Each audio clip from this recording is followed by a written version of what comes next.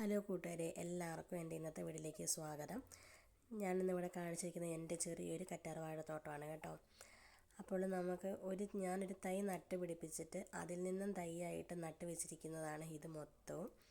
അപ്പോൾ നമുക്ക് ആവശ്യമായ കറ്റാർവാഴ നമ്മൾ മറ്റെവിടെയും പോയി മേടിക്കാതെ നമുക്ക് ആവശ്യമുള്ള എത്രയും നമുക്ക് നമ്മുടെ വീട്ടിൽ നിന്ന് തന്നെ വളർത്തിയെടുക്കാൻ വേണ്ടിയിട്ട് സാധിക്കും.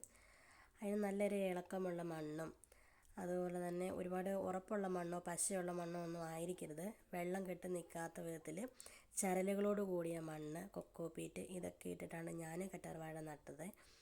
അപ്പോൾ നമ്മൾ ഈ ഇളക്കമുള്ള മണ്ണിൽ നമ്മൾ കറ്റാർവാഴ നട്ട് കഴിയുമ്പോഴത്തേക്ക് അതിൽ നിന്നും ഒരുപാട് തൈകൾ പൊട്ടി മുളയ്ക്കാറുണ്ട്. നല്ല കട്ടിയായിട്ട് ഇരിക്കാൻ പാടില്ല. ഒരുപാട് തൈകൾ ഒത്തിരി തൈകൾ ഇതിൻ്റെയൊക്കെ ഇടയ്ക്ക് ഒരുപാട് തൈകളുണ്ട്. അതെല്ലാം നമുക്ക് ഇതുപോലെ തന്നെ നട്ടു കൊടുക്കാൻ വേണ്ടിയിട്ട് സാധിക്കും. അപ്പോൾ നമുക്കൊരുപാട് കറ്റാർവാഴ തൈകളുണ്ടാവും. അപ്പോൾ നമ്മൾക്കൊരു 2 വർഷം പ്രായമുള്ള കറ്റാർവാഴയാണ് നമുക്കത് യൂസ് ചെയ്യേണ്ടത്. ഒരു 2 വർഷം മിനിമം എങ്കിലും പ്രായം വേണം കറ്റാർവാഴ പോളയ്ക്ക്. അന്നേരം നമ്മൾക്കതിൽ നിന്ന് നല്ല ജെല്ലൊക്കെ കിട്ടത്തുള്ളൂ. അപ്പോൾ അല്ലാത്ത ഈ കറ്റാർവാഴയെല്ലാം വെള്ളം പോലെ ആയിരിക്കും. ഇതിന് ജെല്ലധികം ഉണ്ടായിരിക്കില്ല. വെള്ളത്തിൻ്റെ അംശമായിരിക്കും കൂടുതൽ നമ്മൾ ഉപയോഗിക്കുമ്പോൾ ഉണ്ടായിരിക്കാറുള്ളത്.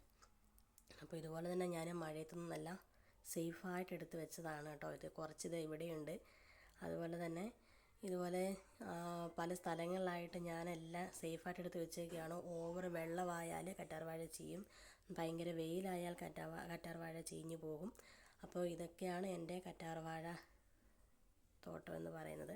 അപ്പോൾ ഇതുപോലെ കുറേ കറ്റാർവാഴ നമുക്കും വളർത്തിയെടുക്കാൻ വേണ്ടിയിട്ട് സാധിക്കും കേട്ടോ. അതുപോലെ തന്നെ ഞാൻ വേറെയും കറ്റാർവാഴ ഇതുപോലെ ഒരു തൈയൊക്കെ ആകുന്നതൊക്കെ അനുസരിച്ച് ഓരോ സ്ഥലത്തേക്ക് മാറ്റി മാറ്റി നടാറുണ്ട്. അങ്ങനെ നട്ട കറ്റാർവാഴകളും നമ്മൾ ഹാങ്ങിങ് പോട്ടിലൊക്കെ ആയിട്ടും അല്ലാതെ ചെറിയ ചട്ടിയിലായിട്ട് ഞാൻ ഇതുവരെ മണ്ണിലൊന്നും ചട്ടിയിലല്ലാതെ നിലത്തൊന്നും നട്ട് വെച്ചിട്ടില്ല. എല്ലാം ഇതുപോലെ തന്നെ പോട്ടുകളാണ് നട്ട് വെച്ചിട്ടുള്ളത്. അപ്പം മഴയാകുമ്പോൾ നമുക്ക് മാറ്റി വയ്ക്കാൻ പറ്റില്ലല്ലോ, പോട്ടാകുമ്പോൾ എടുത്ത് മാറ്റാം. അതുപോലെ തന്നെ ഹാങ്ങിങ് പോട്ടിൽ ഒരെണ്ണം നട്ട് വെച്ചിട്ടുണ്ട്. ഞാനൊരു ചെറിയൊരു തൈ നട്ട് വെച്ചതാണ്. അതിപ്പോൾ വളർന്നിട്ട് നല്ല വലിയ ലീഫോട് കൂടിയിട്ട് ആ ഹാങ്ങിങ് പോട്ട് കാലും വലിപ്പത്തിൽ വളർന്ന് വന്നിട്ട് അതിനിപ്പോൾ നിൽക്കാൻ മേലാതെ പോലെ അതായിട്ടുണ്ട്. അതിന് ഈ ചട്ടിയിലേക്ക് മാറ്റി നടണം. അപ്പോൾ അങ്ങനെ നട്ടൊരെണ്ണമാണ് കേട്ടോ ഈ കാണുന്നത്. അതുപോലെ തന്നെ നിലത്ത് ഒരു ചട്ടിയിൽ ഞാൻ വേറെ ഒരെണ്ണം നട്ട് വെച്ചതാണിത്. അപ്പം നമ്മൾ നല്ല രീതിയിൽ ഇതിനെ കെയർ ചെയ്തിട്ടുണ്ടെങ്കിൽ നമുക്ക് വളർത്തിയെടുക്കാവുന്നതേ ഉള്ളൂ. അപ്പോൾ എല്ലാവർക്കും എൻ്റെ വീഡിയോ ഇഷ്ടമായെങ്കിൽ എല്ലാവരും ചാനൽ സബ്സ്ക്രൈബ് ചെയ്യുക, ഷെയർ ചെയ്യുക, ലൈക്ക് ചെയ്യുക.